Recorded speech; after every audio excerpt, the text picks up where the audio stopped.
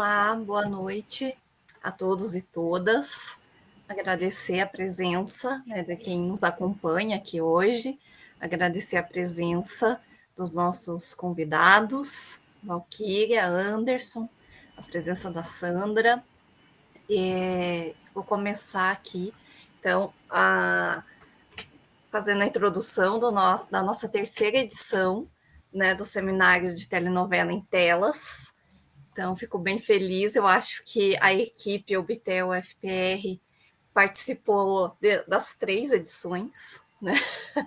Então, mas foram presencialmente, né, nas outras edições.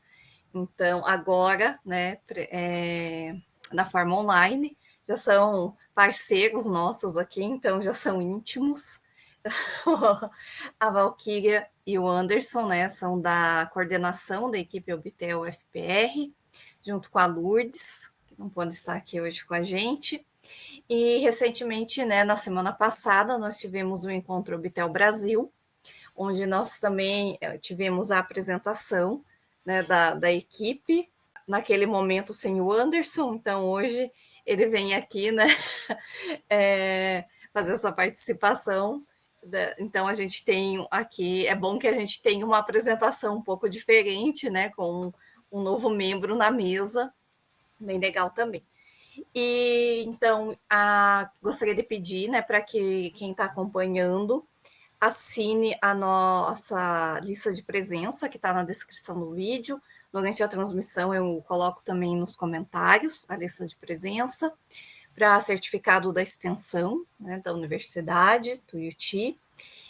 E lembrar que amanhã nós temos uma programação presencial, né, do seminário de telenovela em telas, e a programação começa, então, às 15 horas, no campus da UFPR, o DECOM, no JuVV, na sala 6.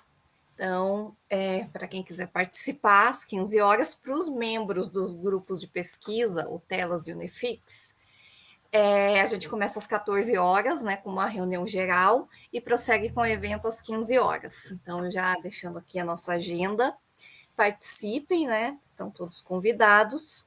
E agora a gente vai falar então com a Valquíria, com o Anderson, né? Peço que vocês podem se apresentar rapidamente aqui.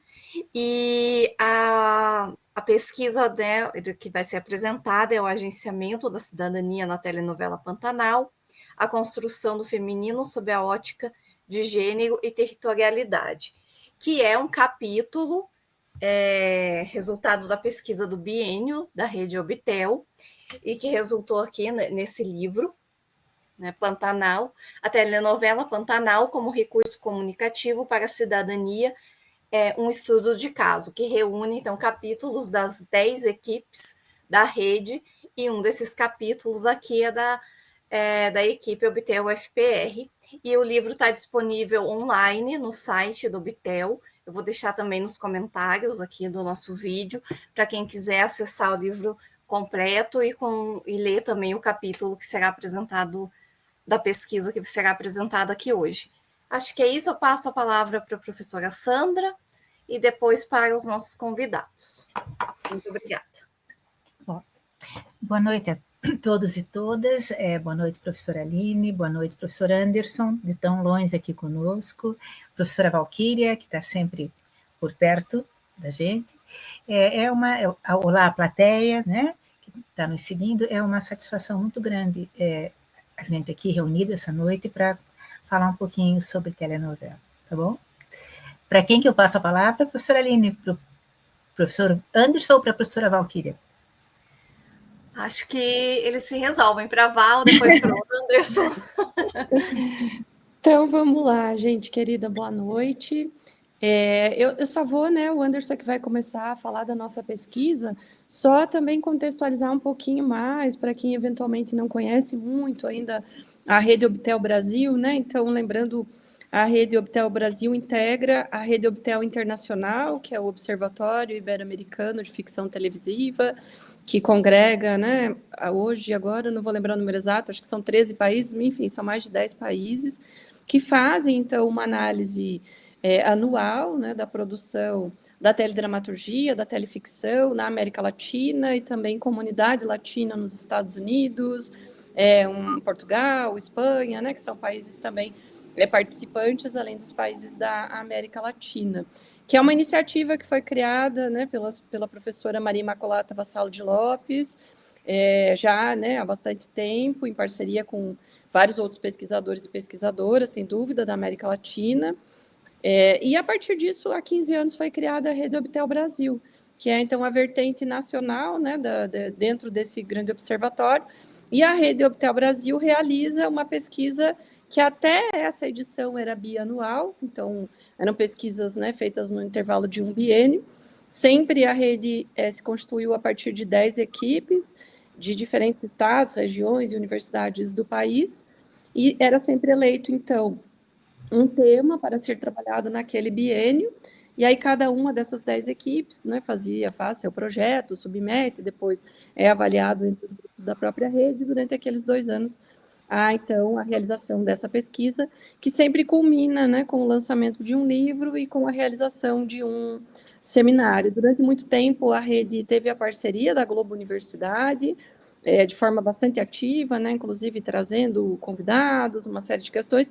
Essa parceria se mantém, embora hoje, né, um pouco mais tímida, um pouco menos ativa, assim, em termos de organização, da própria dinâmica do evento, por exemplo, mas ainda, né, bastante participativa, tanto que no seminário da semana passada nós tivemos 3 representantes, né, do Grupo Globo no seminário da Rede Obtel.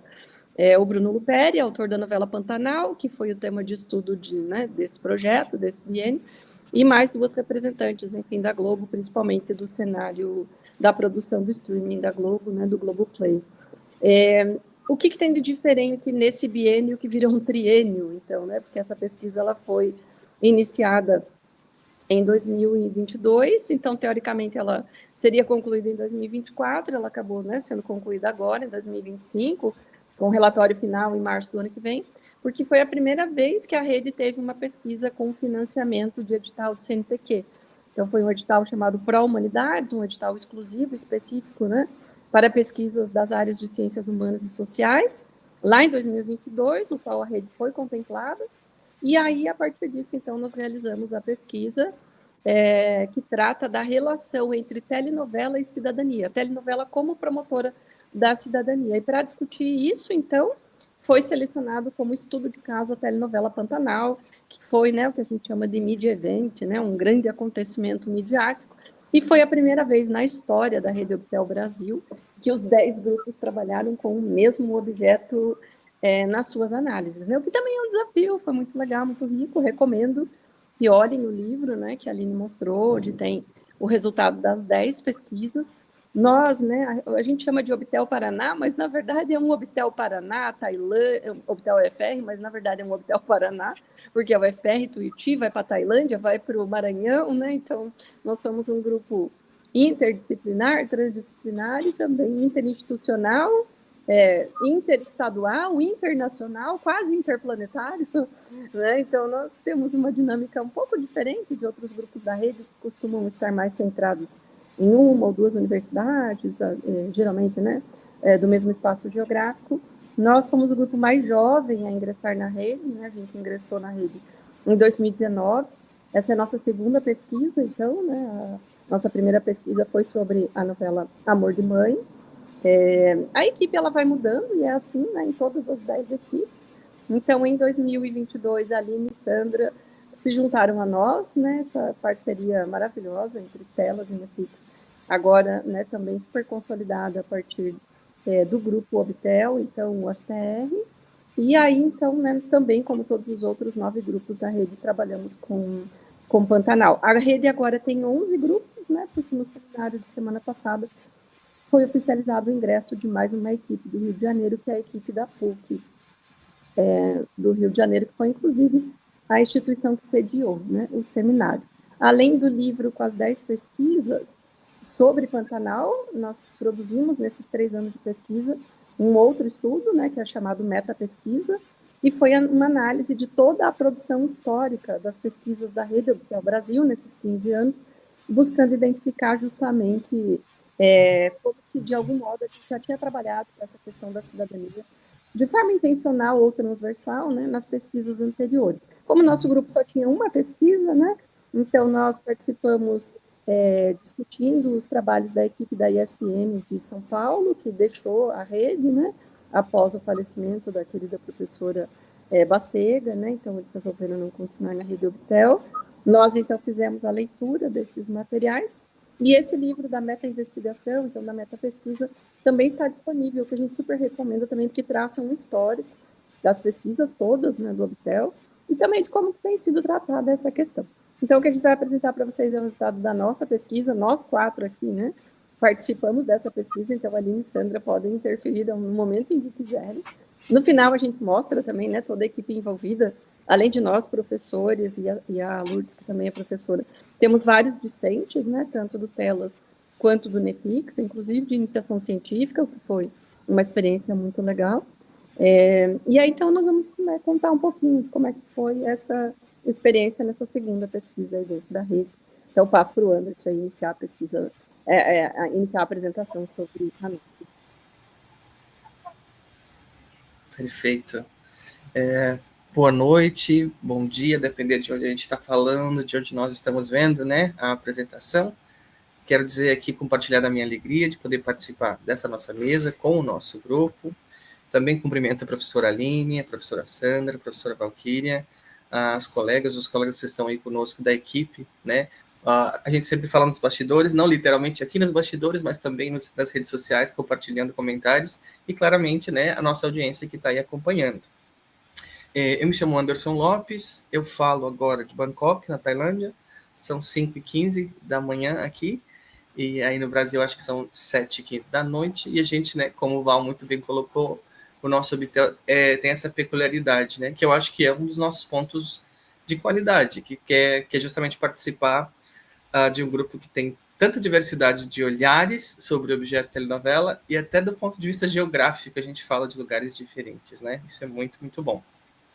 Eu trabalho aqui na Universidade de Chulalongkorn, sou vice-diretor do Centro de Estudos Latino-Americanos, e a minha relação com a pesquisa de telenovela, como o Val já muito bem pontuou também, nós trabalhamos já há um bom tempo com o NEFIX, na UFPR, e agora, né, nós temos o prazer de ter como parceria o TELAS, mas antes ainda do TELAS, nós já tínhamos outros momentos de muita integração e interação com, né, colegas, professores, discentes também, do programa de comunicação, de pós-graduação de comunicação da UTP, e hoje a gente vai abrindo outras portinhas e outras entradas que faz com que o nosso grupo seja cada vez mais rico e complexo na sua análise. Eu acho que nós podemos começar, então, a nossa apresentação. Só para a gente ter uma pequena ideia, um pequeno preâmbulo, a nossa perspectiva é apresentar, não só, obviamente, os resultados da nossa análise, mas um pouco passo a passo, né? Desde as lentes teóricas com as quais a gente trabalhou, até um ponto que eu acho que é, né, essencial para o nosso grupo, que é a retomada da perspectiva metodológica nessa análise. Como o Val comentou, nós somos o grupo, né, éramos, porque agora nós vamos ter a PUC como o novato, né? Nós já não somos mais os calouros, mas por um bom tempo nós fomos os calouros, o que significa que nós estávamos tentando deixar uma espécie de assinatura metodológica, uma marca na nossa pesquisa, que faz parte, que é a questão, né, que a gente vai trazer mais à frente, dos autores que discutem inovação, deslocamentos, movimentos, isso já vai chegar na parte específica. Mas vamos começar, então, do comecinho aqui. O título do nosso trabalho é Agenciamento da Cidadania na Telenovela Pantanal. E aqui a gente tem uma perspectiva de discutir a construção do feminino sob a ótica de gênero e territorialidade. Já pelo título, o ponto que nós estamos colocando de tensão entre gênero e territorialidade, a gente vai perceber que isso traça-se como uma linha, né, um guia para a nossa análise, porque nós não estamos discutindo territorialidade aqui no sentido mais literal da coisa, de só falar, né, de urbanidade e ruralidade, ou da ideia de urbano, inclusive, mas também nós vamos colocar uma gotinha de espacialidade. É impossível discutir narrativa e não falar de espacialidade também. Muito bem, seguinte, esta é a composição atual do nosso grupo, né? Nós temos a professora Valquíria Michela John e a professora Lourdes Ana Pereira Silva, que são as coordenadoras. Eu, que vos falo, professora Aline Vaz, aí nós temos outros discentes, como Beatriz Castro, Felipe da Costa, Leonardo José Costa, Mariana Basso, a Natália Kemi, a professora Sandra Fischer, que está aqui com a gente, e também o discente Tiago Henrique da Costa. Outra vez, eu acho que essa é uma das belezas do nosso grupo, é como é possível integrar olhares que vêm tão frescos, né? Eu gosto de discutir isso, porque, claro, a gente tem uma trajetória de pesquisa no campo da telenovela, no campo do audiovisual, do cinema, dos estudos, né, da imagem, e é muito maravilhoso perceber que quando chega uma pessoa jovem na equipe, uma pessoa que está começando a analisar e trabalhar com esses temas, e tem um olhar fresco para o objeto, né? Então, ao invés de a gente suprimir esse olhar fresco e ficar somente na tradição, nas leituras com as quais a gente já está acostumado, acho que a gente consegue integrar muito bem essas duas miradas. A mirada que já vem da tradição dos estudos de telenovela, uma mirada mais jovem, que está tentando entender, inclusive, outras formas e outros formatos de audiovisualidade. Na sequência, né, depois de falar um pouquinho da composição do grupo, no próximo slide, nós vamos ver já a discussão do recorte empírico. Aqui eu acho que é um ponto também que a gente precisa parar um minutinho e explicar, porque, como o Val colocou, pela primeira vez na história do Obtel, especificamente falando, né, do braço do Obtel no Brasil, todos os grupos, todas as universidades, né, que compõem a rede Obtel Brasil pesquisaram o mesmo objeto. E falando um pouquinho da cozinha, da pesquisa, eu acho que aqui vale a pena a gente dar um passinho para trás, olhar no retrovisor, que esse é sempre um momento de muita angústia, né? E angústia no sentido de, ok, todos os grupos estão pesquisando o Pantanal. Todas as pessoas vão falar de algo relacionado a essa novela, o que é que nós conseguimos trazer aqui, colocar à mesa, que é algo que possa trazer de volta, né, metalinguisticamente, um olhar inovador para esse objeto, mas que também possa ter interesses de pesquisa compartilhados entre os pesquisadores do Grupo Obtel do Paraná. Só para colocar como uma curiosidade, uma das nossas ideias, né, primárias, que a gente acabou indo para outro caminho, era pensar questões do quão mágico ou quão mágica é a narrativa de Pantanal. Pensar um pouquinho também o realismo mágico, ir para as questões daquilo que foge ao campo do natural e que caminha ao sobrenatural. E discutindo mais a fundo, a gente pensou, claro, essa é uma perspectiva maravilhosa e é uma perspectiva já um pouco dada, no sentido de que está ali na narrativa, na superfície do texto. Será que a gente consegue ver outra perspectiva? Será que nós conseguimos colocar outro recorte empírico que vai, obviamente, tocar nessas questões de realismo mágico, e não tem como, né, porque a narrativa da telenovela está entremeada por isso, mas que possa ter uma perspectiva nossa, de grupo, que seja algo mais original? E nós chegamos a esse recorte empírico, né, que é pensar não a contraposição, mas a adjunção de duas trajetórias, de duas personagens, a Filó e a Irma, né? Aqui eu coloquei os nomezinhos para a gente não falar nada errado, de ver a primeira e a segunda fase. Na primeira fase, na primeira fase, nós temos a Filó sendo interpretada pela atriz Letícia Salles, e aí depois, na segunda fase, que é a fase, né, de maior duração na obra, a gente tem a Dira Paz, a maravilhosa Dira Paz, fazendo a fase adulta. Na questão da Irma, na primeira fase, ela foi interpretada pela Malu Rodrigues, e no segundo momento, também com maior tempo de tela da narrativa, de duração da narrativa, a Camila Morgado. Quando nós chegamos nesse recorte empírico, que já a gente vai falar um pouquinho mais dele, um ponto que chamou a nossa atenção é pensar como essas duas mulheres, dentro de uma mesma obra narrativa, né, e a gente está pensando aqui na perspectiva do remake, o que é que nesta perspectiva, o que é que nessa nova leitura da obra caracteriza essa mulher do campo, essa mulher da cidade, essa mulher do espaço pantaneiro, essa mulher do espaço urbano da grande cidade. E mais do que isso, a gente vai perceber depois na nossa parte da análise, né, que Val, depois, obviamente, a Aline e Sandra, né, são convidadas também a compartilhar, não é só no sentido territorial da narrativa, no sentido mais estreito da coisa, mas a gente vai pensar também em algumas espacialidades como espaço do privado, espaço do público, que espaço da cena essas personagens ocupam, não é? Então, o nosso recorte empírico, ao invés de, ainda que nós analisamos todos os capítulos, e já a gente vai falar da tabela, que deu um trabalho imenso, mas justamente porque é um trabalho coletivo, dá um orgulho pensar, caramba, passamos por todas essas fases, né? Mas como perspectiva de recorte empírico, E aí só um comentáriozinho que eu acho que é válido para a gente colocar aqui, inclusive para alunos, para pessoas que estão fazendo suas pesquisas de pós-graduação, a necessidade dessa navalha de Ockham, já no início, ela é fundamental. Porque quando nós trabalhamos com um objeto como a telenovela, né, a diferença de trabalhar com um unitário, ou mesmo uma série com menos episódio, ou mesmo um filme, né, que tem uma duração X, nós estamos trabalhando com uma obra que foi ao ar por meses, com capítulos diários. Então, se imagina a extensão narrativa disso, é muito, muito grande. Esse recorte empírico, que já nos deixa, né, numa situação, com muitas aspas, cômoda, de analisar, com muitas aspas, apenas 2 personagens, então nós temos um trabalho imenso. Mas é por aqui que a gente consegue já afunilar a nossa leitura sobre o feminino e essa construção, tanto na perspectiva de gênero, que é uma lente macro essencial para análise, mas também, né, em adjunção com a perspectiva de territorialidade. No seguinte slide, nós temos uma percepção aqui mais pontual de pesquisa, que é discutir o problema. Quando a gente estava falando do problema, acho que é válido também mencionar que nós não estamos interessados necessariamente só em comparar as personagens. Mas se vocês se lembram bem, o que a Val colocou no começo, como a tônica, não do grupo Obtel FPR, mas da rede, né, do nosso projeto, é pensar a cidadania. E cidadania em um objeto da cultura popular. E cidadania em um objeto que é consumido diariamente por todas as pessoas. E mais do que isso, se a gente traz, né, ao debate um dos conceitos, né, dos estudos culturais latino-americanos, a gente tem também uma perspectiva de que a telenovela, ainda que dadas as suas diversas formas de leitura, das suas multimediações, mas ela é um objeto transclassista. O que significaria isso?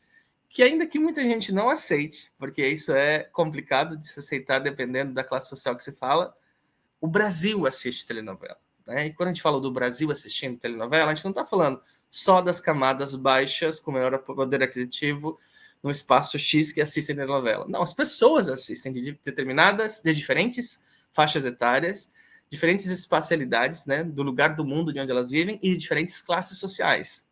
Posto isso, o nosso problema era pensar como que se dá a representação do feminino nessa obra Pantanal, de volta com esse recorte empírico de Irma e Filó, mas fazendo a perspectiva interseccional entre gênero e territorialidade conectadas. Ou seja, não estamos só analisando a representação do feminino, do empoderamento feminino, da mulher, não é só essa a questão. A gente quer conectar, colocar junto gênero e territorialidade e perceber se nessa conexão, se nessa leitura interseccional, há ou não há movimentos de inovação na narrativa melodramática.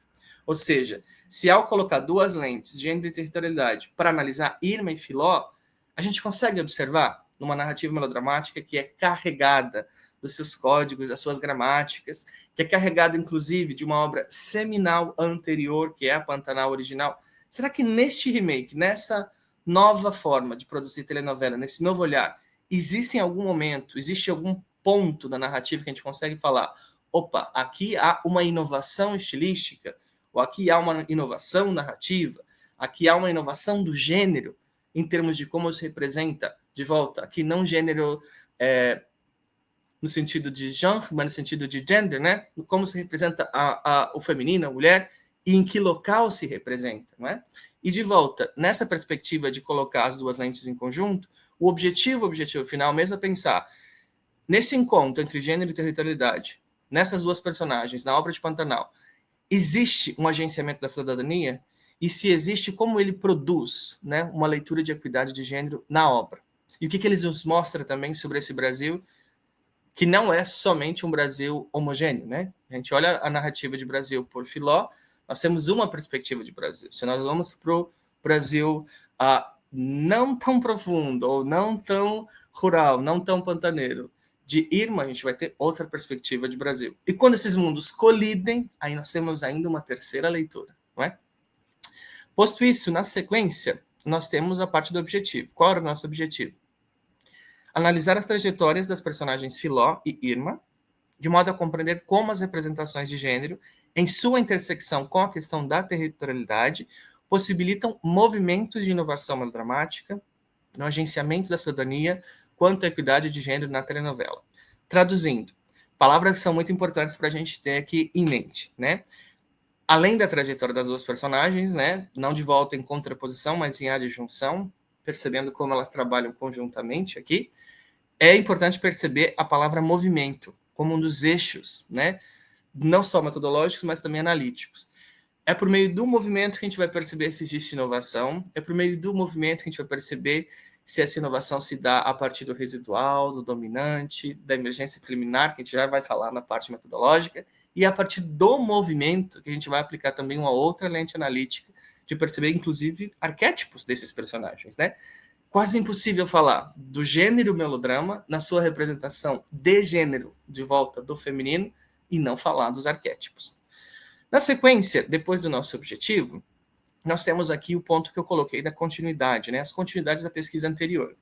Para os colegas e as colegas que estão, né, acompanhando a gente online, um ponto de tensão é quando um grupo entra, né? Quando um grupo traz o seu arcabouço de leitura, as suas experiências para o Bitel, é muito nítido, a gente consegue perceber ao longo da trajetória alguns grupos com uma linha de trabalho, não é? Então, não é novidade para ninguém que nós temos alguns dos grupos de pesquisa do Obitel na região sul do país, pela tradição acadêmica, que voltam a se olhar para os estudos de excepção, né? Ou nós vamos ter outros grupos da região nordeste, especificamente da Bahia, que tem um olhar muito grande, assim, muito dedicado a pensar questões de autoria, ou inclusive na região sudeste, né? Se nós vamos para os grupos de Minas, que vão trabalhar muito a questão da qualidade na materialidade do audiovisual. E a nós, um dos pontos que nós estamos fazendo como um ponto de tensão é discutir a questão da inovação na narrativa. Aqui talvez seja bom a gente colocar, né, em pratos bem limpos, assim, o que a gente está entendendo por inovação. Primeiro ponto, a gente não está falando de inovação no sentido de destruição cabal total de toda a ideia de melodrama. Se a gente falar disso, de destruição da gramática do melodrama, a gente não está falando mais de telenovela, né? A gente está falando de uma outra coisa. E não é essa a nossa ideia, e não é isso, inclusive, que a pesquisa nos mostra. O que a gente está entendendo por inovação aqui é uma combinação metodológica entre pelo menos 3 autores que partem de momentos diferentes da história, com epistemes diferentes, mas em que em nenhum momento criam contrariedade entre si, né? A palavrinha que eu coloquei aqui, estou repetindo de volta, né? Movimento, ela vai estar nesses 3 autores. Então, por Williams, a gente está falando muito da discussão entre residual, emergente e inovação, né? Pensando a obra dele dos anos 70, que discute isso.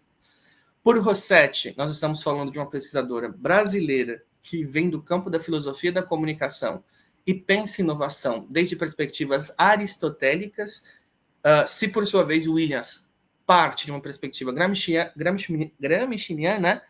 Rossetti parte de uma perspectiva aristotélica, não é?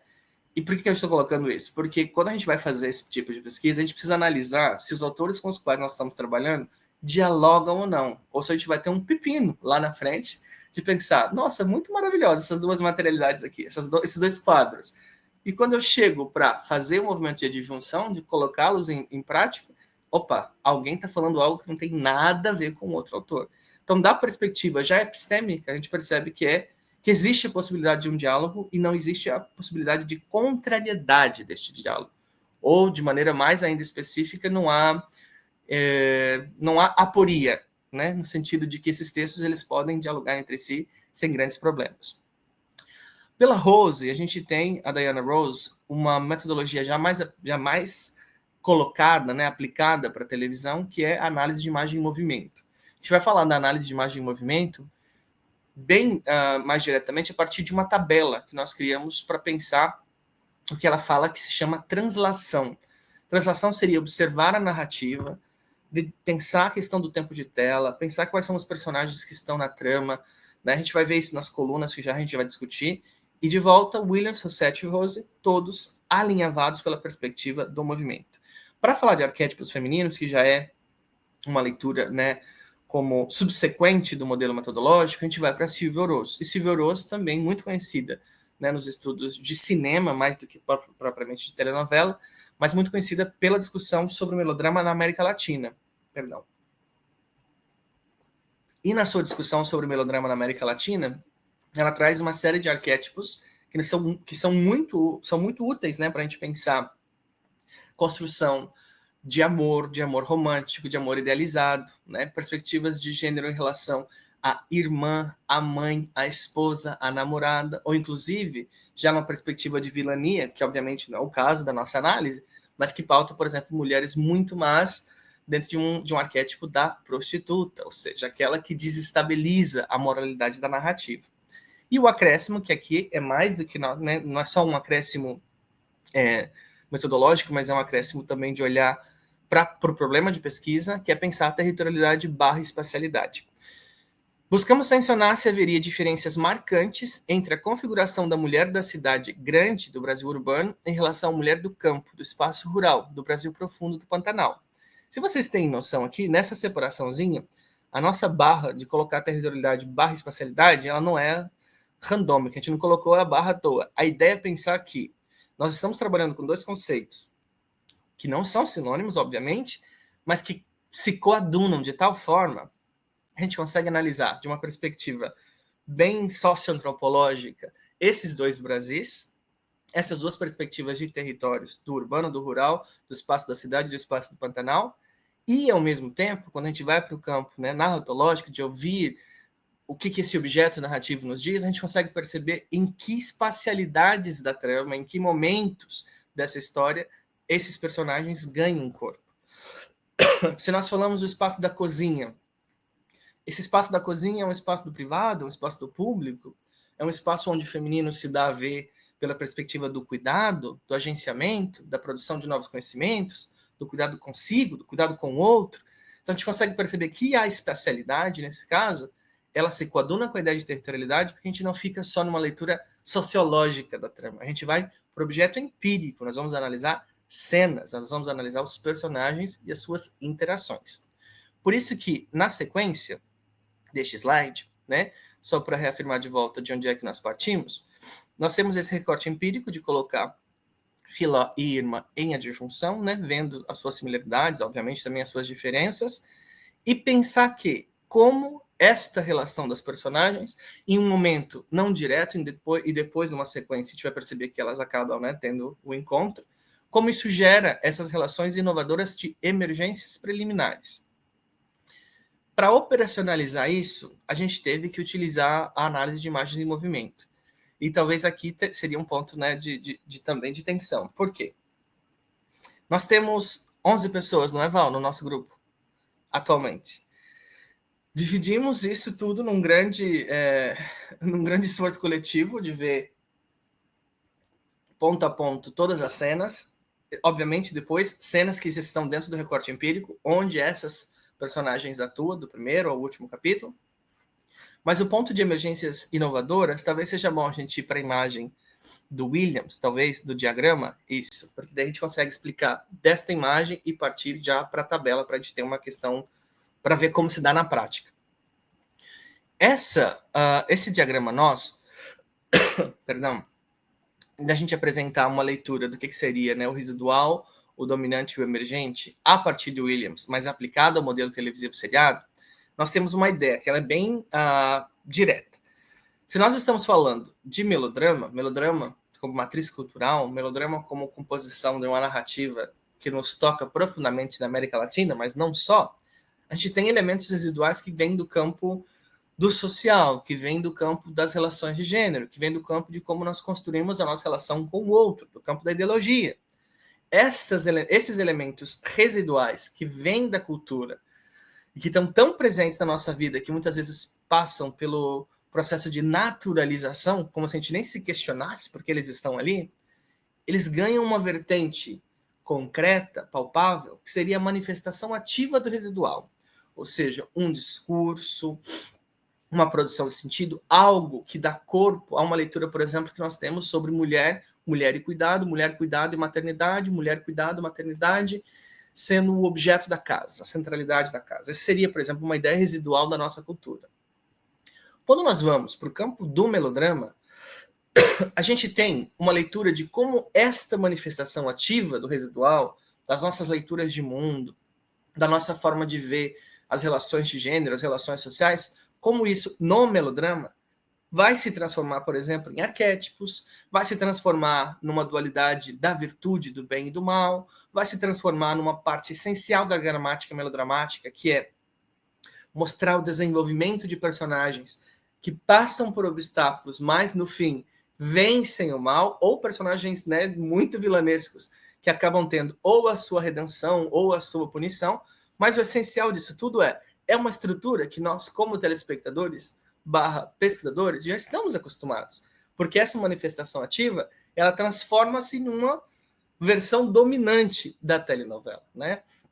Se a gente criar uma telenovela, vamos ser bem sinceros, sem vilões, sem mocinhas, sem quadrilátero melodramático, sem narrativa, sem ter... A gente não tem uma telenovela. A gente pode criar um objeto experimental, fazer um vídeo ensaio, a gente pode criar o que quiser.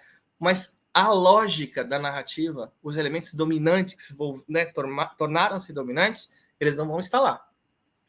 E neste segundo momento, saindo do residual, vendo a sua forma dominante, nós temos o que é aí que é o ponto de interesse do trabalho, que é olhar como, se há espaço, se tem como ter vazão nessa narrativa já tão firmada do melodrama, existe inovação, existe possibilidade de criar algo diferente?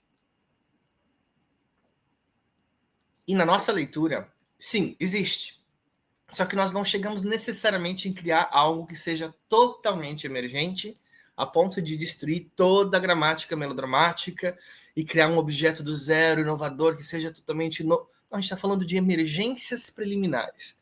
Pequenas vazões da narrativa, da construção do personagem, a relação entre eles, que possibilitam um olhar inovador, que possibilita pensar como esses personagens dão uma nova cara para a telenovela, né?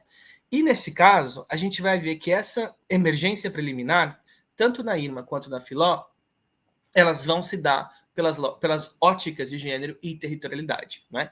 E como a gente fez isso? Na sequência desse diagrama, nós temos aqui, para chegar nessa parte final já, né, do passo a passo, nós analisamos 167 capítulos do remake, preenchemos uma planilha gigantesca, mas que é, assim, maravilhosa de ver os dados que foram coletados por todos. Esses dados foram coletados, né, capítulo a capítulo, nas suas respectivas cenas ou sequências cênicas, em que Irma e Filó apareciam. Então, atenção, a gente não está falando que foi feita uma análise de todos os capítulos, com todos os personagens, com todos os seus desdobramentos. Não. Se Filó e Irma não apareciam naquela cena, automaticamente elas estavam cortadas do nosso... Se elas não estavam lá, elas não tinham interesse, né? Aquela cena não tinha interesse pra gente, porque estava fora do nosso recorte empírico. Nessa análise, na sequência, a gente coloca os protótipos femininos ou arquétipos femininos do melodrama da Oroz, né, como uma lente também analítica, para perceber quando vejo Filó e sua relação, né, com os filhos. Aí, que tipo de arquétipo a gente está vendo? É o mais óbvio, é o arquétipo da mãe. Mas que mãe a gente está falando? Uma mãe marianística, uma mãe heróica, uma mãe guerreira, uma mãe sacrificial? E esses elementos vão dando de volta, delineando o personagem na nossa análise. E, por fim, correlação entre arquétipo, espacialidade e territorialidade, partindo, claro, Jesus Martim Barbeiro, que é também não só para o nosso grupo, mas para o Bitel, uma linha de trabalho, né, compartilhada, creio eu, por quase todos os grupos, ou por todos os grupos. Milton Santos, não tem como a gente falar de espacialidade e territorialidade dentro do contexto do Brasil e não mencionar Milton Santos, e, especificamente, territorialidade a partir da perspectiva de gênero, Alicia Lindon. Na planilha, vamos ver se a gente consegue colocar na sequência, só para vocês terem uma ideia do trabalho que deu, mas como ele é potente, né? Essas colunas, além de a gente colocar os capítulos que foram, né, analisados, 1 a 1, tem o início da cena, o fim da cena, para contabilizar tempo de tela, para perceber o quanto desses personagens nós temos na obra. Qual que é o personagem principal que a gente está vendo de interação entre Irma e Filó? Há personagens secundários que entram nessa cena, mas que também têm algum tipo de importância narrativa, produzem algum tipo de agenciamento narrativo. O mais importante, em que espacialidades da cena isso se dá, né? Territorialidade, a gente está partindo do pressuposto que, quando analisamos Irma, estamos na cidade, em grande medida. Quando analisamos Filó, estamos no espaço pantaneiro. Mas na cena em específico, onde se dá isso? É na sala? É fora da casa? É na rua? É no mercado?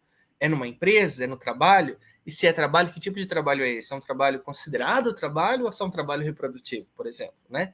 A gente sabe que quando nós temos a pessoa, nesse caso, falando bem, né, de Filó, ela está cuidando, ela está cozinhando, ela está trabalhando, isso é trabalho. Mas na perspectiva de cuidado, não é trabalho, isso é a função da mulher. Mas que função? De volta a gente vai discutir como essa leitura de mundo, né, que se tornou dominante, se nessa obra a gente tem ou não tem, né, uma tensão entre questiona-se, não questiona-se, ou dá vazão para novas formas de atuação. E aqui no finalzinho, que vocês conseguem ver nas últimas duas tabelas, nós temos os arquétipos da Urós e algo que a gente não chegou a mencionar aqui nominalmente, mas precisamos falar, que é uma leitura de arquétipos femininos maternos a partir da Juliana Cassani-Turri, né? Que é uma perspectiva também melodramática, no sentido de estudos do melodrama na América Latina, e que quer entender não só o arquétipo da mãe numa perspectiva generalista, mas é uma mãe de que forma? Uma mãe moderna, inclusive tem esse termo, é uma mãe heróica, uma mãe sacrificial, ou seja, aprofundiza-se, né, também, aprofunda-se o arquétipo. Na sequência, passando a palavra para Val, a gente vai ver como então se dá, a partir da lente do gênero e a lente da territorialidade, como essas duas personagens agenciam ou não as questões de cidadania no audiovisual, que vão levar de volta para o ponto da equidade de gênero. Passo agora a palavra, então, para a Val. Então, gente querida, indo para os nossos resultados, assim, claro que nem sequer no capítulo do livro a gente dá conta, né, de trazer todos os resultados que a gente encontrou nesse volume de coleta de dados, que dá para ter uma ideiazinha ali pelo print da planilha. Inclusive, a planilha horizontalmente ela é muito longa, né, não dá nem para fazer o print direito, né, mas acho que daí você já tem também uma ideia de que há vários desdobramentos que a gente ainda pode fazer, claro, né, até para caber nas páginas do livro, a gente vai para aquilo que era fundamental, que é há ou não há, afinal de contas, diferença, né, na trajetória dessas duas mulheres que estão presentes, né, nas duas fases de Pantanal. Esse era um critério importante também. Talvez você esteja se perguntando por que a gente não analisou a Juma, ou por que a gente não analisou a Maria Bruaca, por exemplo, né, para falar de gênero. Primeiro, porque a gente queria realmente essa questão, como o Anderson também explicou, da relação de territorialidade, né, para ver há ou não há efetivamente uma diferença na construção da Irma, por ser a mulher da capital, do Rio de Janeiro, da metrópole, da cidade grande, né, e que chega depois nesse Pantanal e tudo mais, para Filó, que é uma mulher que nunca saiu do Pantanal, e nunca mesmo, gente, na novela inteira ela nunca saiu, ela mal saiu da fazenda, né, quem dirá sair do Pantanal. Então, será que o território, né, essa dimensão dos lugares, né, geográficos que elas habitam vai ter uma importância fundamental nos papéis de gênero que elas vão ocupar? Então, antecipando o principal resultado, a gente foi constatando já na coleta que não, né, que elas ocupavam espaços muito parecidos, e é por isso que a espacialidade se faz tão importante, e que as trajetórias das duas não eram muito diferentes. Que talvez a gente, em algum outro momento, possa discutir, por exemplo, classe social, raça, né, que são outras dimensões que constituem essas duas personagens, mas a gente não tinha como abordar tudo isso naquele espaço, podem mostrar algumas das diferenças, sim, que configuram as trajetórias delas. Mas a territorialidade, então a cidade de onde elas provêm, o espaço, né, essa diferença entre o urbano e o rural, não dá a elas condições de gênero diferentes ao longo da trama, o que é bastante triste, inclusive, né, porque poderia ser uma das nossas hipóteses e que elas não se configuram. Mas Filó e Irma foram escolhidas justamente porque elas representam essas duas dimensões que apareciam na novela, e também porque elas estão nas duas fases da novela, né? Então elas têm uma trajetória que vai nas duas fases da novela. Isso nos permite uma trajetória de personagem, né, que vai do início até o final. E depois também, como a gente fez esse longo trabalho quantitativo, que vocês viram ali, né, com a planilha, como o Anderson falou, foi graças ao fato da gente ser uma equipe grande, deu uma média de 16 capítulos para cada um de nós assistir na íntegra, né, e fazer todas essas anotações. Elas são protagonistas também em termos quantitativos, porque elas estão presentes de forma muito contundente ao longo de toda a trama, especialmente a Filó. A gente pode afirmar, inclusive, que apesar de Pantanal ser uma novela masculina, né? A Oroz, né, ela vai dizer que a telenovela tem, assim, o melodrama, né, latino-americano tem como grande arquétipo a mulher, porque o melodrama gira em torno da mulher. E a partir disso ela faz lá os protótipos, né, que o Anderson já falou. Então é muito esperado que a telenovela ela vai girar em torno das figuras femininas. Normalmente uma telenovela é a história, né, de duas mulheres, uma mocinha e uma antagonista que frequentemente, inclusive, disputam o par romântico. Se pode dizer isso de Irma e Filó, inclusive, né? Porque a própria Irma também tem lá sua quedinha, né? Pelo José Leôncio, é isso? Eita, fugiu o nome agora. Então, ela também vai ter essa relação. Mas a Filó, especialmente, então, apesar de Pantanal ser uma novela sobre as figuras masculinas, notadamente, né? Pelo patriarca, que primeiro é o avô, depois é o pai, aí os filhos, né? Essa relação com o velho do Rio e tudo mais, e toda aquela família de homens, de peões, né, que cuidam do gado, ainda assim a Filó, pelo menos em termos quantitativos, ela é protagonista, né, gente? Ela está em 165 dos 167 capítulos, né? Então, naquela planilha lá, a gente só não preencheu a Filó 2 vezes, né? Então, somente em 2 capítulos não havia coleta de dados com a Filó. E em termos assim de presença na tela, ela está em 817 cenas ou sequências, o que dá, né, esse volume imenso de presença de tela, né, de mais de 20 horas de tela. Então a gente realmente ficou na companhia da Filó de uma maneira muito efetiva. E aí então, para pensar se havia ou não havia, né, esse atravessamento da territorialidade, a gente vai olhar para ver o quanto que, afinal de contas, há ou não há diferenças na construção dos arquétipos das duas. E não há muitas diferenças, né, gente? Nós definimos a Filó como a mãe, é esse o arquétipo predominante, a mãe amada. Então, né, uma correlação entre o arquétipo da mãe e o arquétipo da amada, que é o que predomina na trajetória da Filó. Ela está sempre, né, colocada na relação ou com o filho, ou com uma lógica de cuidado com outras personagens.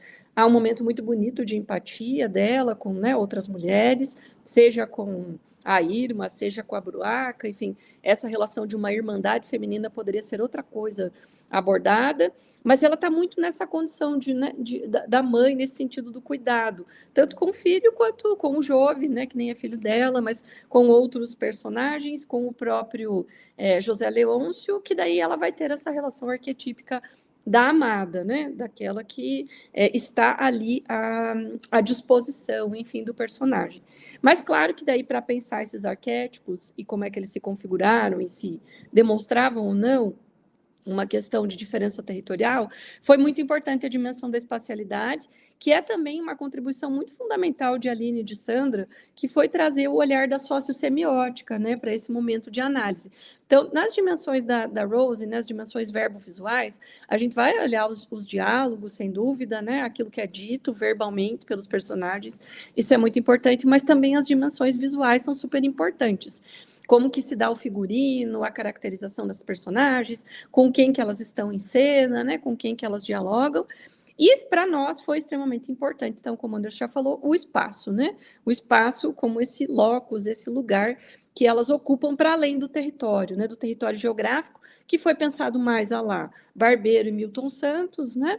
E a espacialidade, ela é barberiana também, mas ela vai bem mais nessa dimensão de uma análise sociossemiótica, né? E é daí que vai vir esse acréscimo que a gente vai trazendo ao final, teórico, para pensar se havia ou não havia um agenciamento da cidadania. Só para também falar que esse termo agenciamento, que está no nosso título, ele é um conceito do Thomas Tuft, né, que é um pesquisador da nossa área, que trabalha com a lógica da importância do audiovisual como um instrumento de eduentretenimento. O que quer dizer isso? Com um potencial pedagógico, portanto, um potencial de agência. Agenciador, nesse caso, da cidadania, e no nosso caso, né, num recorte de gênero. Então, a gente vai entender que sim, por isso que está no título, há um agenciamento da cidadania a partir desse recorte, né, de gênero e territorialidade, mas não necessariamente isso promove uma contundente inovação, né? A gente vai ter algumas emergências preliminares novamente, como na pesquisa anterior, que mostram daí sim esses agenciamentos, que eu vou adiantar aqui, que é o desfecho das duas personagens, mas eu já chego lá, né? Que é o desfecho dado para as duas na trama. Mas da Alicia Lindon, a gente vai trazer um outro conceito para pensar esses espaços, que é a ideia de território como confinamento. que vai dialogar, não fizemos isso no texto, mas dialoga com uma discussão de uma outra pesquisadora mexicana chamada Marcela Lagarde de los Rios, que fala das prisões ou dos cativeiros femininos, que pode ser a prisão, literalmente, uma cadeia, né? Mas pode ser um manicômio, mas pode ser uma instituição escolar, familiar, enfim, né? Toda a lógica patriarcal é uma lógica de cativeiro das mulheres. E a Alicia Lindon vai pensar a questão de território nessa lógica com o confinamento. Então, como é que os espaços confinam as mulheres? E aí vocês já podem ver nesses frames, né? Da Filó, da primeira fase, principalmente, ali, que é como ela é apresentada na trama, mas da Filó ao longo de toda a sua trajetória, que ela é super confinada, então, aos espaços do doméstico, né? São 2 lugares que a Filó mais habita, o quarto e a cozinha. Isso já fala muito, né, sobre a Filó. Ela é muito confinada na casa, mas ela tem, sim, momentos de ruptura, momentos em que há uma quebra, né, desses confinamentos, em que ela pode, então, né, alcançar outros espaços ou outras dimensões, mas isso é muito pouco frequente, né? O mais frequente, em termos de trajetória, ao longo de toda a trama, ela está sempre no espaço doméstico, ela quase nunca ocupa a própria paisagem do Pantanal. Então, vejam, o território, ele está ali, ela vive nesse território, mas a gente nem discutiu mulher rural, por exemplo, porque ela não é uma mulher rural, porque ela nem sequer, né, vai ocupar essas funções, né, de uma lógica em que ela teria um desempenho fora do ambiente doméstico. Vai ser só no final da trama que ela vai fazer isso. Eu vou voltar para o final da trama depois de falar da Irma. Então, a Irma, a gente foi né, configurá-la em termos de trajetória com o arquétipo da irmã, mas é uma irmã bem controversa, né? E o arquétipo da mãe também, uma mãe substituta. Gente, essas 2 nomenclaturas já falam muito da Irma. Ela não existe em relação a si mesma, né? Ela existe na relação com um outro, com um papel que é de uma outra pessoa e que ela ocupa, né? O nome Irma, né, já é um trocadilho de Irma, de irmã. Ela está sempre na relação com a Madalena, né, com a irmã, que ela vai substituir, inclusive, na função da maternidade, mesmo enquanto a Madalena ainda está viva, né? Ela vai ocupar esse papel na relação com o Jove. E aí, depois, ela vai assumir a própria, né, maternidade do Jove com a morte da irmã e vai ter, né, esse papel de cuidadora, como a Filó, ao longo de toda a trama. Ela também não é dona de nenhum dos espaços que ela habita, né? Então, a casa nunca é da Irma, né? Ela mora com os pais, com a irmã, depois ela mora na casa do José Leôncio, ela não tem uma casa que é dela, né? Ela está sempre ocupando um outro espaço que nunca é dela, né? Mas ela também não necessariamente ocupa os espaços públicos. Então, mesmo quando ela está na metrópole, na capital, ela mal ocupa os espaços públicos. Ela não tem uma profissão, ela não tem um trabalho, ela não tem outras dimensões. Ela está sempre confinada, circunscrita ao ambiente da casa. Quando ela vai para o Pantanal, de novo, ela passa a fazer parte desse ambiente, do mesmo ambiente que a Filó. Elas vão dividir, inclusive, esse lugar, né? Elas vão servir. Só que a Irma tem alguns movimentos, é claro, do lado de fora da casa, né? Por conta dos seus pares românticos, que faz com que esse arquétipo da namorada ou da amada também estejam muito presentes na sua trajetória. Então, ela tem um arquétipo diferente, que é o da irmã, mas ela é contundentemente a mãe e a amada, né? E aí os espaços que ela vai ocupar estão sempre ligados a essas 2 dimensões. Então, ela e a Filó têm isso totalmente em comum. Os encarceramentos ou confinamentos, os aprisionamentos que se dão, né, por esses espaços, especialmente da casa que elas ocupam, e elas ganham finalmente, né, o espaço público e o espaço do Pantanal no final das suas trajetórias. Pode passar para o próximo slide, Aline, que daí tem um pouquinho, né, de mais cenas da Irma, mas que a gente está vendo que ela está sempre confinada, seja pelas dimensões do concreto dos espaços, seja pelos outros personagens, né? Isso é muito frequente nas 2 também. Não é algo que a gente tenha discutido tanto, o confinamento feito pelas figuras masculinas, que também poderia ser, a gente vai pensar mais na dimensão espacial mesmo, né, do palpável, do material, mas as próprias figuras masculinas as confinam, né, nesses espaços, mas elas têm sempre, né, as janelas, as paredes, esses lugares, né, como espaços de confinamento. Aí, no final, tanto da Irma quanto da Filó, elas finalmente têm o Pantanal à sua frente, né? Volta só um pouquinho no slide, porque eu acabei esquecendo de colocar. A Lourdes tinha sugerido colocar a cena final das duas. A gente não pode pôr os trechos porque o YouTube nos derruba, tá, gente? Se colocar o trecho da novela mesmo, né? O YouTube nos derruba depois. Pode voltar um pouquinho ali, só na imagem da Filó.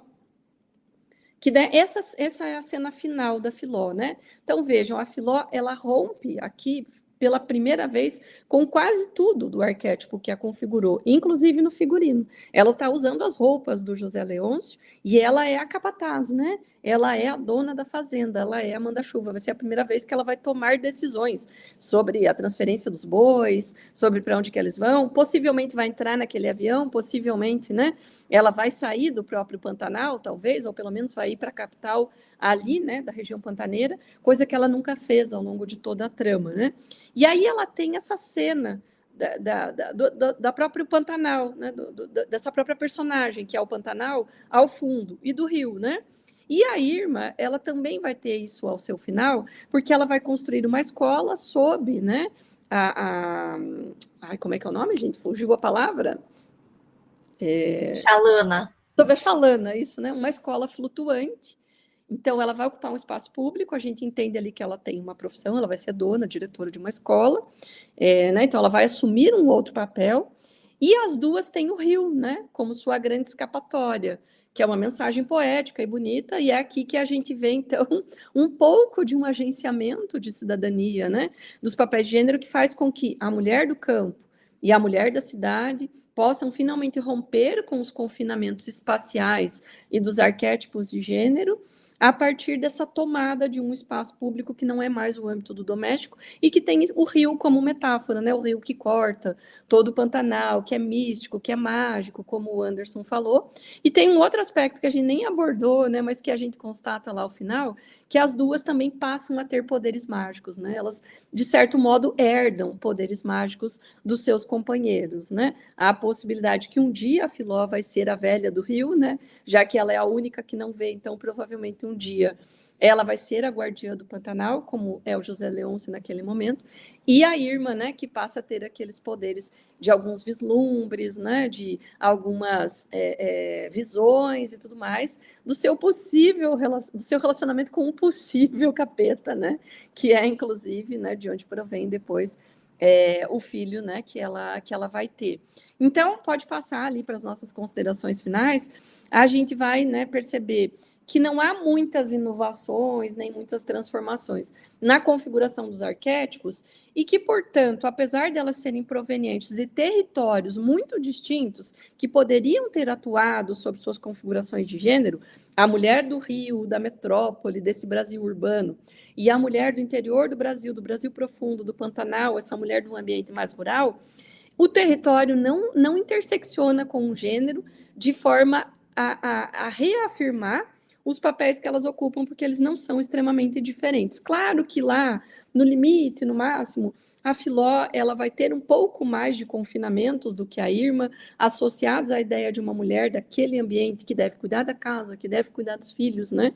E que deve ter essas funções domésticas, mas não há uma grande ruptura na Irma em relação a isso. Ela só não cozinha e não lava, né? Porque daí a Filó vira empregada até dela, né? Nesse sentido, tem sim um marcador ali, né? Um pouco mais de reforço a essa ideia do território por ela ser essa mulher, mas a gente tem dúvida se é realmente o território ou se é uma questão de classe. Né, que daí foi algo que a gente não discutiu, de qual é a condição social de alguém provavelmente não alfabetizada, que saiu de um prostíbulo e que daí é levada ali, né, para aquele ambiente. Então, há muito mais similaridades do que distanciamentos nas suas narrativas, o que nos leva a concluir que a territorialidade não tem um papel assim tão preponderante. As espacialidades, daí sim, elas evidenciam, né, os papéis de gênero e demonstram poucas rupturas. Então, elas estão muito moldadas por esses arquétipos tradicionais do melodrama, que é o arquétipo da mãe e o arquétipo da amada. Aí onde a gente vê, então, esse movimento, pelo menos inicial, uma emergência preliminar, né?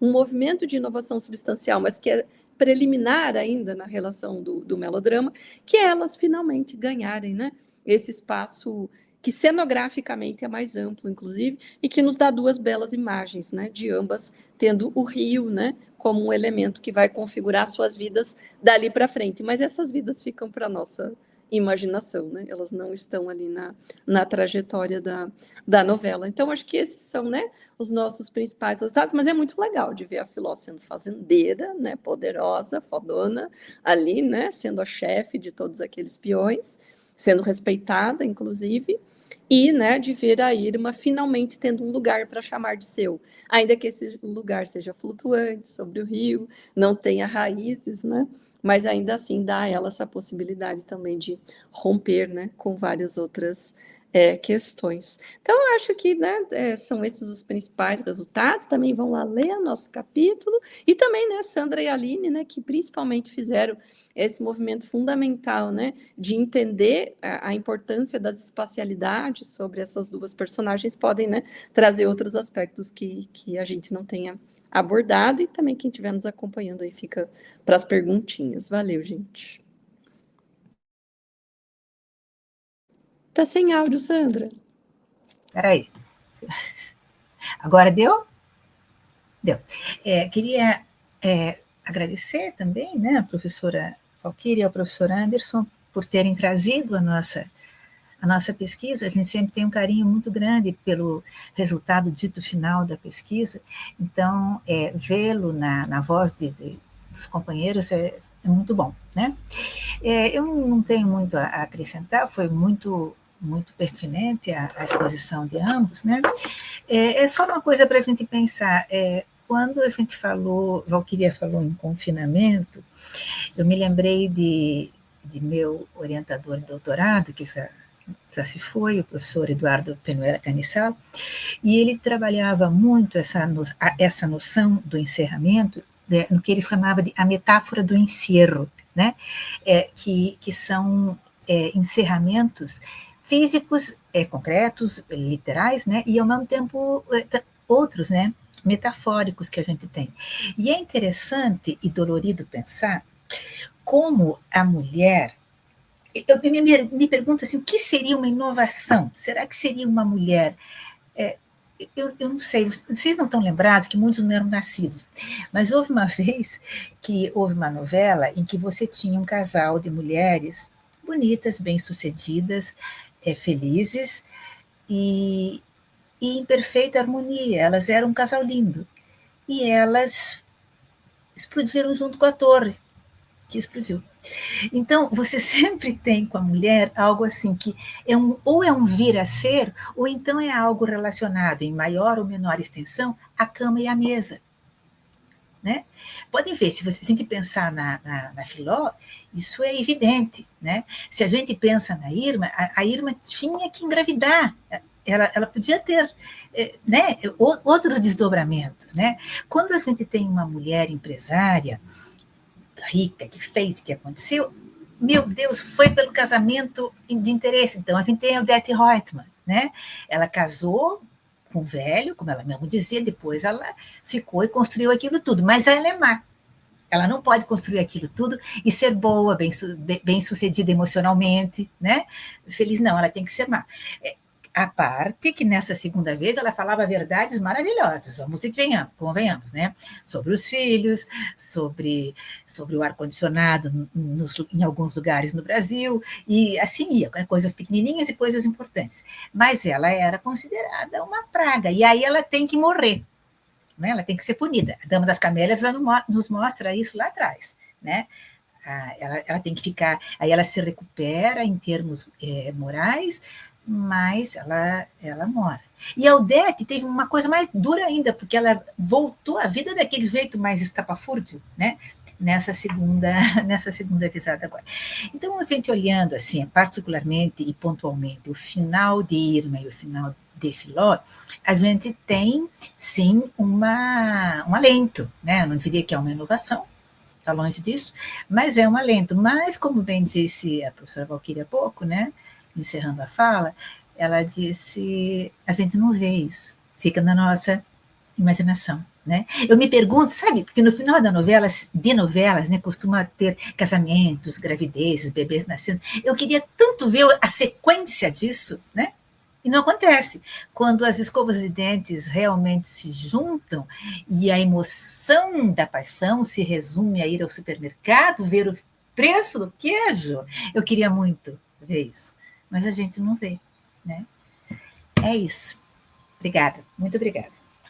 Foi uma excelente exposição de vocês dois.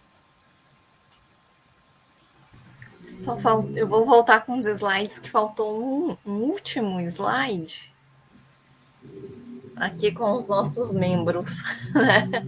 Mostrar aqui os rostinhos de cada um, para que a gente tenha a imagem também, né, deles aqui. Acho que muitos estão acompanhando a nossa live, então estão aqui presentes também. Deixa eu...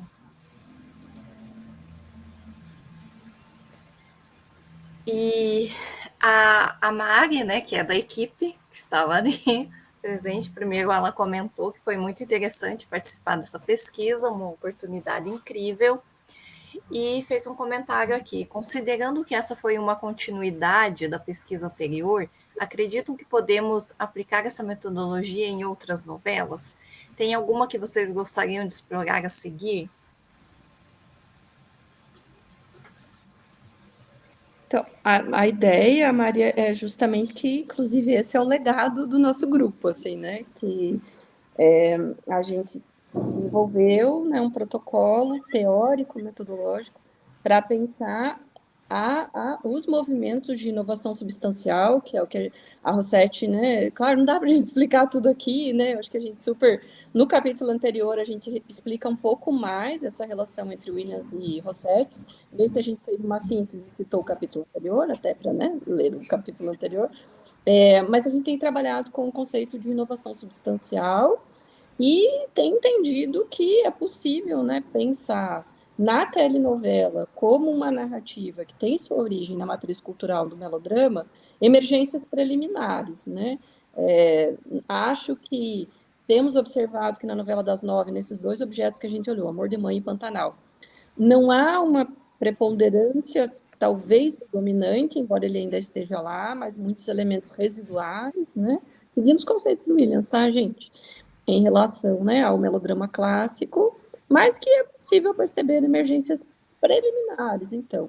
E aí isso pode ser adaptado, no nosso entendimento, para outras pessoas poderão dizer se sim ou não, para qualquer outro tipo de temática, né?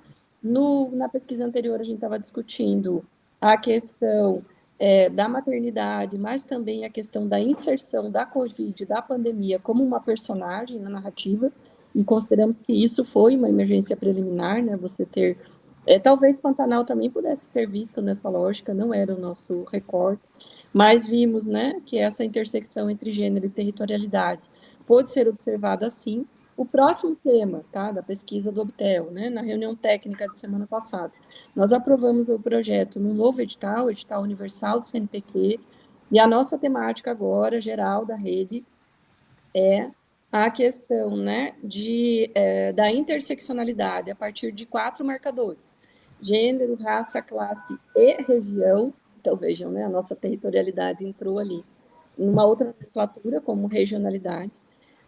Como que essas 4 interseccionalidades estão presentes na construção da teledramaturgia ou da teleficção, especialmente a partir do streaming, mas não exclusivamente, né? A gente vai poder trabalhar com TV aberta ou com streaming.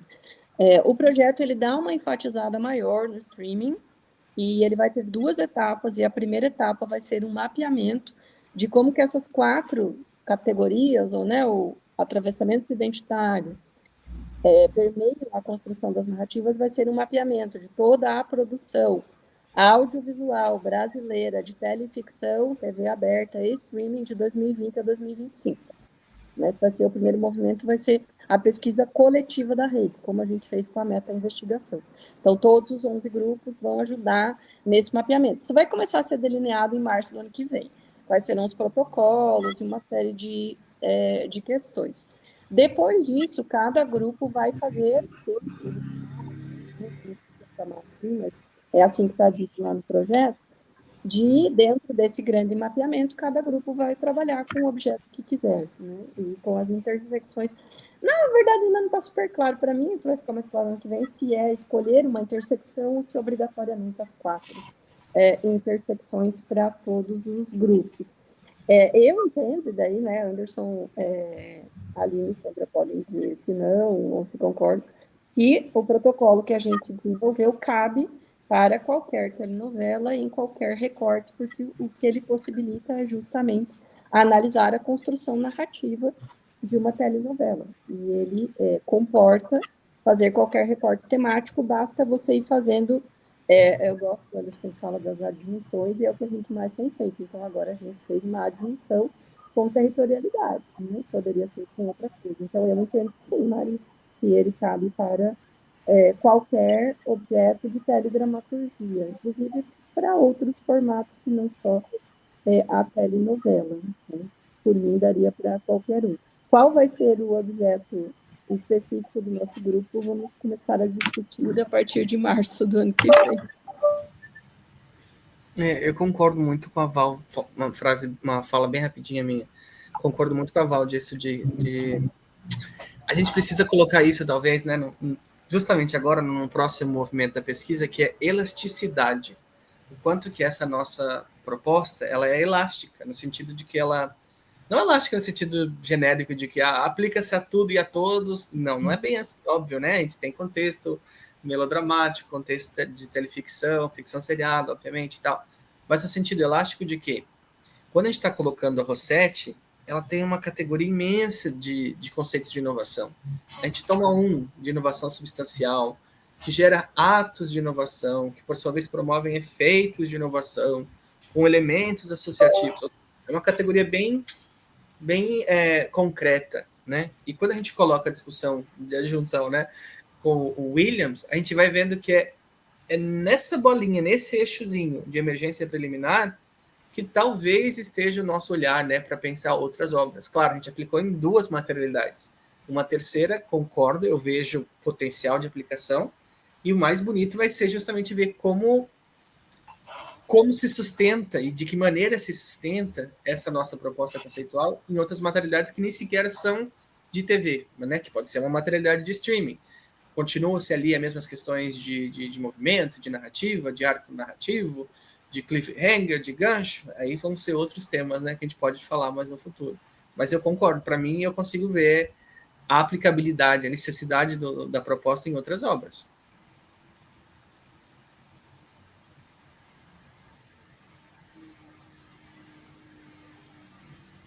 Que venham as próximas pesquisas. E eu já estou curiosa para essa nossa reunião em março, Val. Eu estou curiosa para a gente decidir esse objeto. Vai ter briga. Então, assim, em março, porque até março tem que fazer o relatório final da pesquisa atual, né? A gente ainda tem algumas coisas para entregar, por exemplo, né? A gente não falou aqui, mas outra tarefa que era de todos os grupos era fazer a divulgação científica também das pesquisas. O evento de hoje é um pouco isso também, mas também outras ações, né? Buscando públicos mais amplos, outras atividades. Agora a gente tem que reunir tudo isso lá, prestação de contas, CNPq, relatório final. E como tem que fechar isso até março, então lá em março é que vai ser feita a primeira reunião geral da rede para falar do cronograma, né? A pesquisa vai ser de novo trienal, então acho que a lógica de biênio ela realmente não vai mais existir no Obtel, porque a gente realmente precisa dos editais, dos financiamentos, né, para poder fazer os livros, fazer os eventos, eles têm alto custo, né? Então acho que isso é bem importante. E o tempo dela vai ser de novembro de 25 a novembro de 28, né? Então, de novo, vai ser numa pesquisa que nós vamos fazer em 26, 27 e 28, né? Porque novembro foi agora, né, a aprovação do edital final, começamos a pesquisa propriamente dita em 2026. Então, eu imagino que em março é a reunião geral da rede, né, para o fechamento efetivo da pesquisa atual, e mais o cronograma da nova, e aí a gente faz a nossa reunião para tomar já as nossas decisões, né? Porque primeiro os grupos escrevem o projeto, daí tem um período de revisão por pares, sugestão dos outros grupos, para que daí a gente possa começar. Mas o que já está lá meio que definido é que vai ter esse primeiro mapeamento geral aí, até porque é um volume muito grande de coisa, né? Então eu imagino que vai ser dividido, né, entre os grupos essa primeira tarefa. E acho que vai sair desse mapeamento um dos objetos. Acho que esse vai ser o recorte entre 2020 e e 2025. Se eu pudesse escolher desde já, eu já escolheria a garota do momento, mas, né, assim, é possível que outras pessoas também vão querer e a gente, enfim, né, vai ter que ver tudo que apareceu aí nesse processo. Particularmente, eu prefiro continuar com TV aberta, mas se for definido que vai ser todo mundo com streaming, né? Não, isso não está muito definido ainda. A princípio, foi dito que vai ser possível os dois, mas, né, vamos ver até lá. A TV aberta é um termômetro muito interessante, sem dúvida. Sim. Já que a Val deu o voto dela, eu já vou dar o meu público aqui. Garota do Momento ou Guerreiros do Sol. Isso, se a gente vai aqui para o streaming... Tem algo interessante que passou foi disponibilizado no streaming, foi exibido, né, no Globoplay em novelas. Então, a gente tem aí TV, tem streaming, acho legal também. E tem a questão da regionalidade que a gente estava colocando, né, que é o marcador que a Val aponta como o quarto deles. E ali, não só porque é uma obra, obviamente, que se fala do sertão, mas que sertão que se fala, né? Que sertão reimaginado é colocado ali ou não. Sim, acho interessante também. A questão da temporalidade, acho também legal, do Guerreiro do Sol. Eu voto nesses dois. Tem muitas questões que a gente ainda vai precisar discutir. Por exemplo, se a gente vai continuar olhando para o texto da telenovela, ou se a gente também vai olhar para o público, né? Hoje, os dois grupos que trabalham... Aliás, a rede também teve uma baixa, né? O desligamento da equipe Obtel Federal de Santa Maria, o FSM Santa Maria e o Federal de onde? A Santa Maria, né? O grupo da Veneza, né? Que era coordenado pela Veneza, atualmente estava mais com Sandra e Camila lá da Unila. Elas não estão mais pesquisando muito esse objeto, né? Não viram condições de continuar, né? Veneza possivelmente continua na rede mais junto lá com o grupo URGS, né? E Santa Maria era um dos dois grupos, junto com o URGS, né? Que estudavam público mesmo, a dimensão da recepção, né?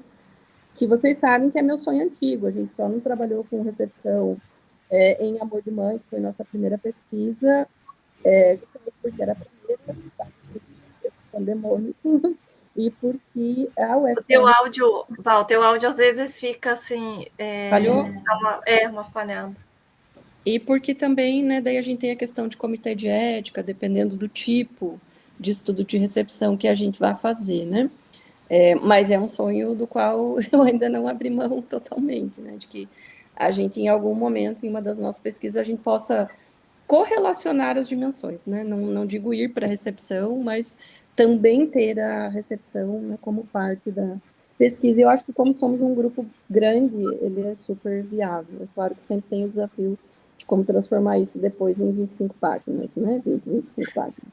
Mas, né, de qualquer maneira, acho que... Então, mas, né, vamos ver o que vai rolar. Se a gente tiver 3 anos, né, Val? Talvez dá para pensar com mais cuidado. Eu acho que é uma possibilidade muito boa. Exatamente. Principalmente por conta dessa questão, né, das 4 dimensões interseccionais, né? É muito legal a gente observar a relação entre o texto e o contexto, né? Vamos ver o que é possível, né? Mas, gente, isso é spoiler por enquanto, né? Porque oficialmente a gente só vai saber dos desdobramentos da próxima pesquisa em março do ano que vem. Fica o convite, inclusive, né? Para quem tem vontade, interesse em fazer parte do grupo, é sempre um momento, né, que a gente fecha, vê se as pessoas que estão querem continuar ou não querem continuar, que é do processo, é normal. Tínhamos um grupo diferente na primeira pesquisa, né, algumas pessoas saíram, fecharam suas dissertações, teses, ou não estavam conseguindo conciliar, outras pessoas entraram, e é isso, é do processo, né. Então, agora é o momento também nosso, né, do nosso grupo de fechamento, que vai ser logo. Eu vou compor informações ali no grupo do que a gente ainda precisa fazer. E aí, sim, fechar, né, nossa participação lá em fevereiro e março. E depois tomar a decisão, né, de quem segue, quem não segue, e do que a gente vai trabalhar a partir das diretrizes aí da RIM. Bom, gente, gostaria de agradecer a presença de quem acompanhou aqui, agradecer a presença da Val, do Anderson, né, a parceria aqui com a Sandra, que lidera o grupo Telas junto comigo, E reforçar, né, o que eu já falei no começo, então, aqui nosso evento, né, de hoje integra a programação do 3º Seminário de Telenovela em Telas. Então, agradecer a equipe Obtel UFPR, que esteve presente em todas as edições. Eu estava aqui rememorando, né, o primeiro ano foi na Casa Heitor, né, que hoje em dia que era o Centro Cultural do SESI, que hoje em dia, infelizmente, não existe mais, acho que virou um escritório de advocacia lá, bem triste, que era um casarão histórico, muito bonito. O ano passado nós fizemos na Tuiuti, e esse ano, né, a equipe está aqui remotamente. E amanhã a gente tem presencial, então, na UFPR, no DECOM, na sala 6. É só chegar, né? Estamos de portas abertas, e a mesa é telenovela, contextos políticos e cidadania. Então, nós vamos ter as discentes, né, de mestrado e doutorado do PPG-Com da UFPR e do PPGL da UTFPR. Então, a gente tem alguns temas, né? Renascer e o movimento dos trabalhadores rurais sem terra, renascer e representação da negritude, continuamos aí com Bruno Luperi, e Guerreiros do Sol e o Nordeste nas telas, telenovela, construção de gênero e mulheres idosas. Então, temos aí uma mesa bem legal. Já estou ansiosa para amanhã, então a gente se encontra lá, e agradecer todos e todas aqui, e agradecer o Anderson, que está, acho que de madrugada. Dedicou a madrugada para a gente, né? Acho que é bem cedinho. Estou amanhecendo já, 6h25. Meu Deus. Atrapalhamos a noite de sono do Anderson. Mas né, o Anderson está sempre disposto, né, sempre aí receptivo, sempre presente nas nossas atividades, mesmo à distância, né, ele não nos abandonou. Às vezes acontece isso, a distância, né? Mas com o Anderson isso não aconteceu, fico muito feliz.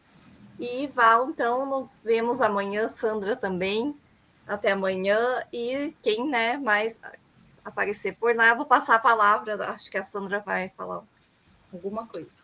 Não, só queria reforçar os agradecimentos todos que a professora Aline fez, fazer também uma menção especial a Anderson ter dedicado a madrugada a nós, né?